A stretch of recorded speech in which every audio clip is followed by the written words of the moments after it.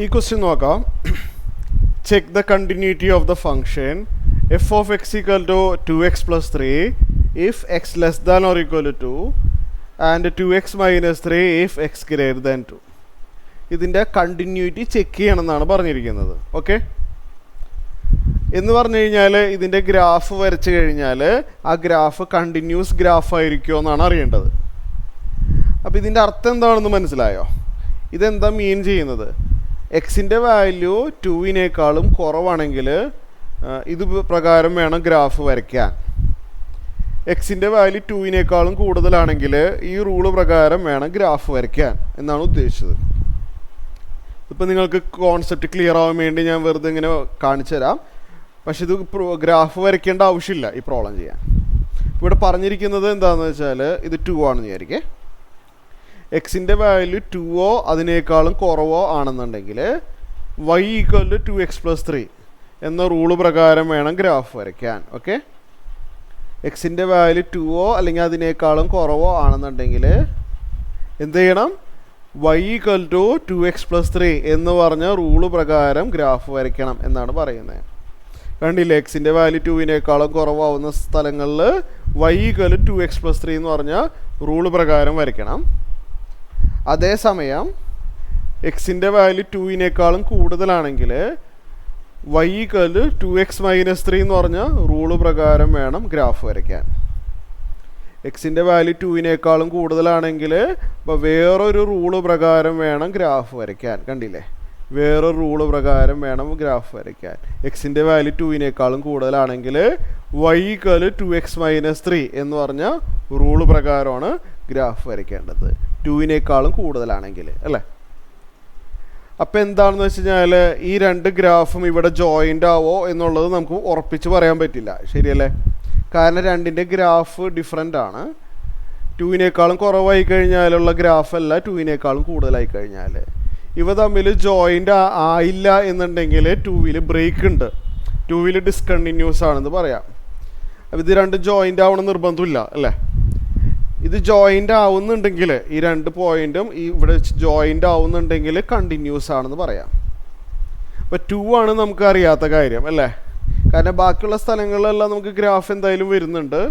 2-ൽ വെച്ചിട്ട് ഇങ്ങനെ സ്പ്ലിറ്റായി പോകുന്നത് കൊണ്ട് 2-ൽ നമുക്ക് അറിയില്ല, കണ്ടിന്യൂറ്റി അറിയില്ല. അപ്പോൾ നമ്മൾ 2-ൽ കണ്ടിന്യൂറ്റി ചെക്ക് ചെയ്യാൻ പോവാണ്. ഓക്കെ, ബാക്കിയുള്ള സ്ഥലങ്ങളിലൊക്കെ കണ്ടിന്യൂസ് ആണ്. അപ്പോൾ നമ്മൾ ഇതേപോലൊരു ക്വസ്റ്റ്യൻ വരുമ്പോൾ എക്സ് എവിടെയാണോ അവർ ക്വസ്റ്റ്യനിൽ സ്പ്ലിറ്റ് ചെയ്ത് തരുന്നത് അവിടെ മാത്രം നമ്മൾ കണ്ടിന്യൂറ്റി ചെക്ക് ചെയ്താൽ മതി. ബാക്കിയുള്ള സ്ഥലങ്ങളിലെല്ലാം കണ്ടിന്യൂസ് ആയിരിക്കും. ഓക്കെ, എപ്പോഴും അങ്ങനെ വരുള്ളൂ.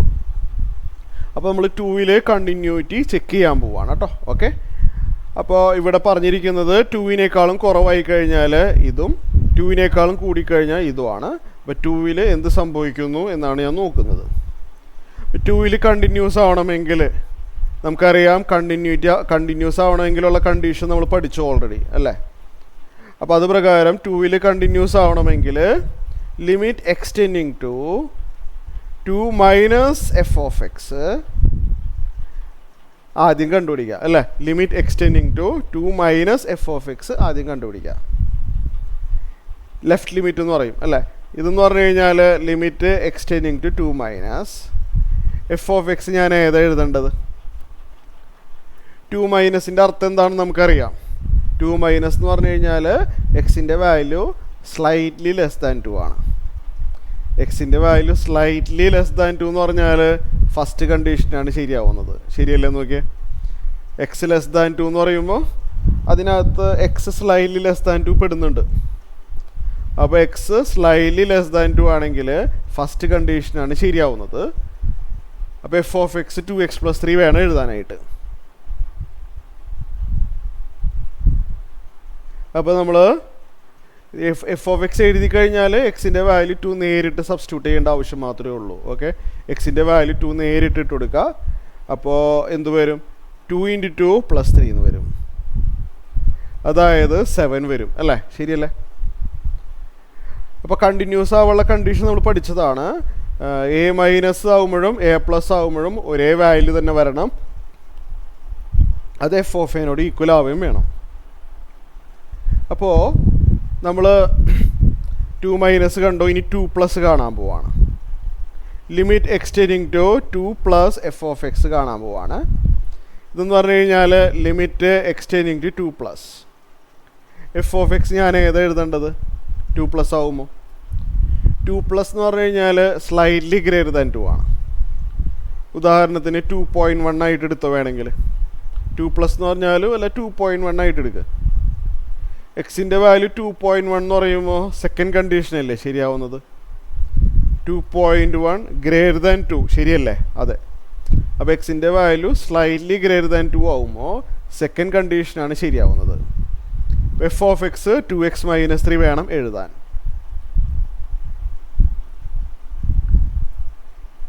എഫ് ഓഫ് എക്സ് എഴുതി കഴിഞ്ഞാൽ നമുക്ക് നേരെ എക്സിന് 2 ഇട്ട് കൊടുക്കാൻ പറ്റും. 2 × 2 -3 വരും അല്ലേ? 2 × 2 -3 ചെയ്തു വരുമ്പോൾ എന്ത് കിട്ടും? 1 കിട്ടും. ഇവിടെ നോക്കിയേ, ലെഫ്റ്റ് ലിമിറ്റ് 7ഉം റൈറ്റ് ലിമിറ്റ് 1ഉം ആണ്.